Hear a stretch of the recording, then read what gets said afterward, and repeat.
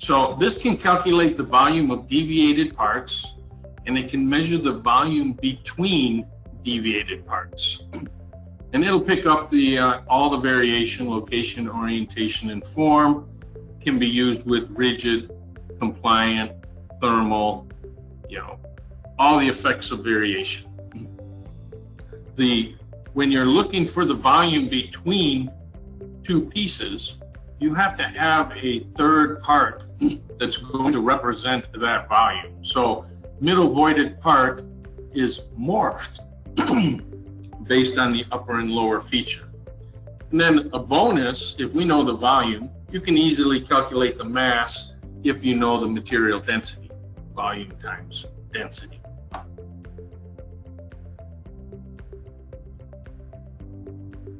So to calculate volume, you have to have a nominal CAD for the void.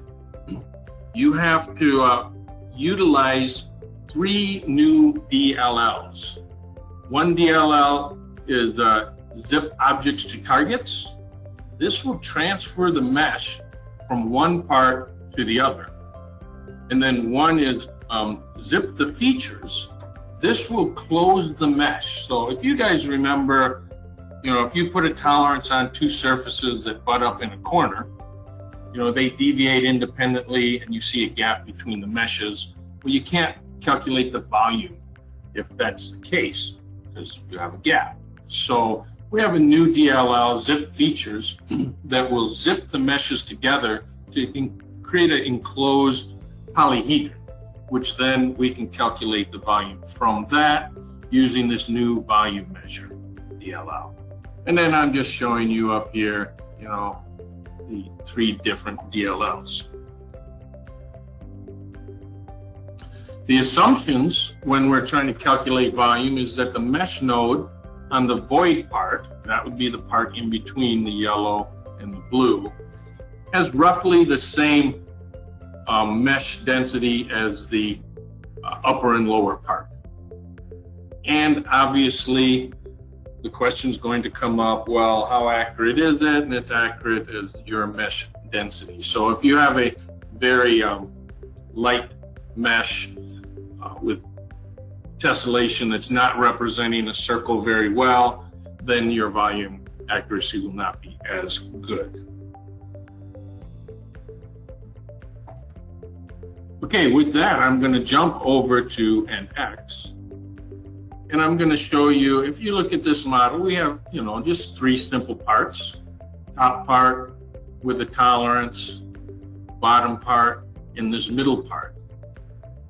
You can see I have some points down here because I'm going to move this bottom part to a simulated fixture that's going to have variation. And then you can see here I'm zipping the top surface. It's highlighting in orange. I'm zipping this mesh up to this mesh. I'm going to zip this mesh down to this mesh. And then I'm going to zip this middle piece together. So right now I have it separated with large amounts of deviation, so I can go ahead and do a nominal build. And you can see if I hit deviate,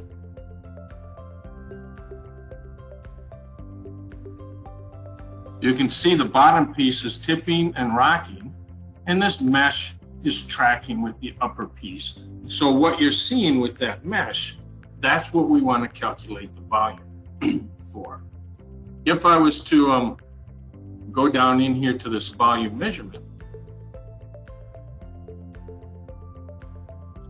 okay, you can see it's giving me the volume here. And with this DLL, I'm just picking the 3 surfaces of this bottom piece. Let me back up again because you'll be able to see it a little bit better if I animate this step by step. So the first move, I put this piece down here. The next move, moved the mesh. You can see it moved the mesh from the top of this centerpiece up to this upper part. You can see the gray mesh. The next move took that mesh, moved it down to this bottom surface, and then we zipped this edge to the top face and to the bottom face. So in the nominal position, if this is the nominal, I'll go back into this measurement. You can see it's 19.36. Let's go ahead and deviate it. There's a tip part,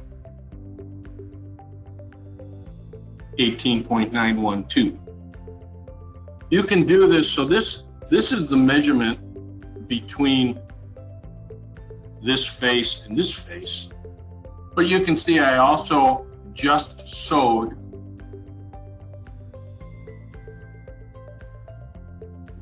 up here in the detail level part. I just sewed these three meshes together, and then I can calculate the volume of just this part. And that's why if I open up this measurement, you can see it's 57.15. And if I deviate it in the separated position, I just put a constant tolerance on this top surface to increase it. Oh, I guess I do have to nominal build to activate the move. Now you can see how the mesh goes up. And then if I close that and say current, the volume of this orange piece at this point is 7152.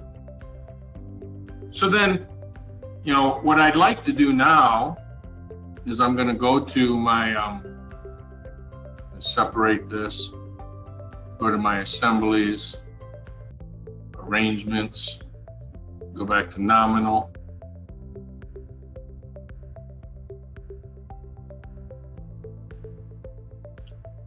Because this is the original design. Remember, that gray part doesn't even exist. We created it so that we can morph that to the volume. And I'm also going to go into my preferences and change my scale back to 1. So now this would be the original model that will be hard to see variation, but I can build it, run an analysis.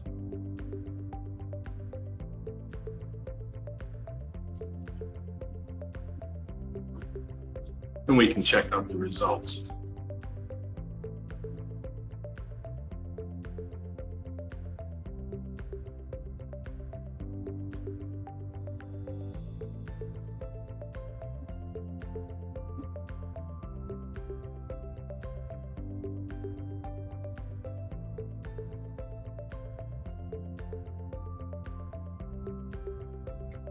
Oh, that's the volume of the top part. That's not what I want to look at. Volume of middle assembly.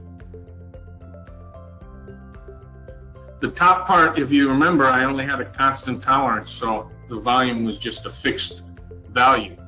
But the middle assembly, now you can see, my nominal volume, estimated low, estimated high, and these are the tolerances contributing to this volume variation, which happened to be this piece translating left and right and tipping.